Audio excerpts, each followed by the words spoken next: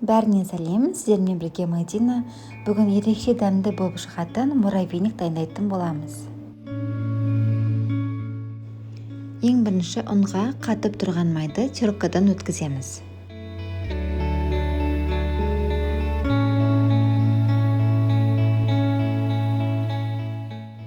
Майды теркадан өткізіп болғаннан кейін араластырамыз. Бізде ұсақ крошка пайда болуы керек.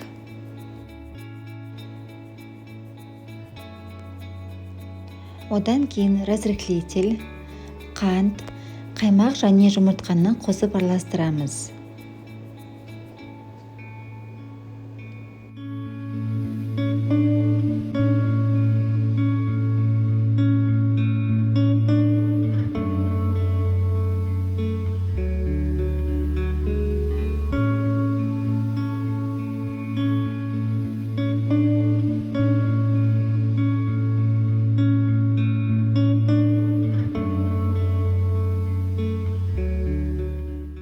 Тестамыз жұмсақ болып шығуы керек. Одан кейін тестаны пищевая пленкаға орап, тоңазытқышқа 6-8 сағатқа қоямыз. 6-8 сағат өткеннен кейін тестамызды аламыз. Теркадан өткізіп, немесе мен сияқты мясорубкадан өткізіп пісірсеңіздер болады. Мясорубкадан өткізетін болсаңыздар, бірінші тестаны бөлшектерге бөліп, одан кейін мясорубкадан өткізесіздер. Дайын болған тестаны арасын ашып қою керек.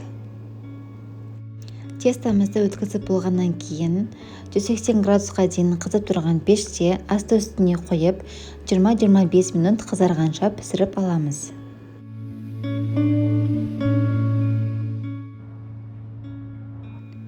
Дайын болған тестамызды видеода көрсетілгендей ұсақтап аламыз.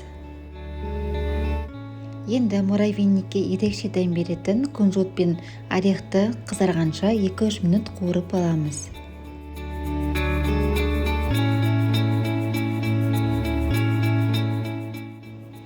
Енді кремін дайындайтын боламыз. Ол үшін майды 2-3 минут миксерлейміз.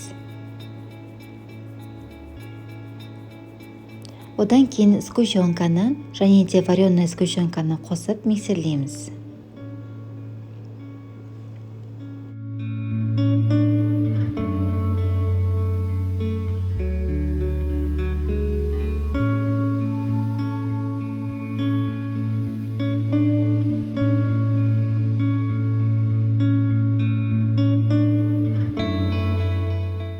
Ең соңында кунжут пен орехты қосып араластырамыз. Осымен біздің крем дайын, енді жинаймыз.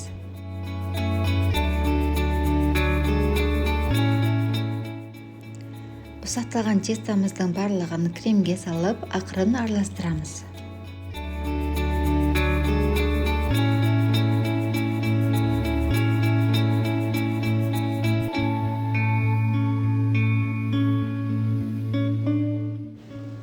Тестамызды жақсылап араластырамыз крем сіңуі үшін.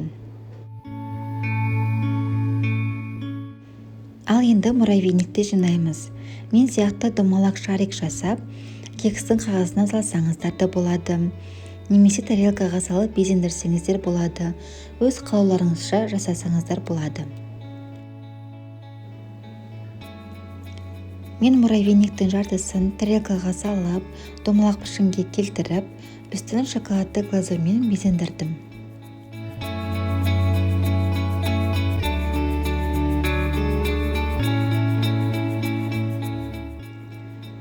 Осымен біздің ерекше дәмді муравейник дайын. Міндетті түрде жасап көріңіздер. Сіздерге ұнайды деген ойдамын. Каналыма жазылып, лайк басуды ұмытпаңыздар.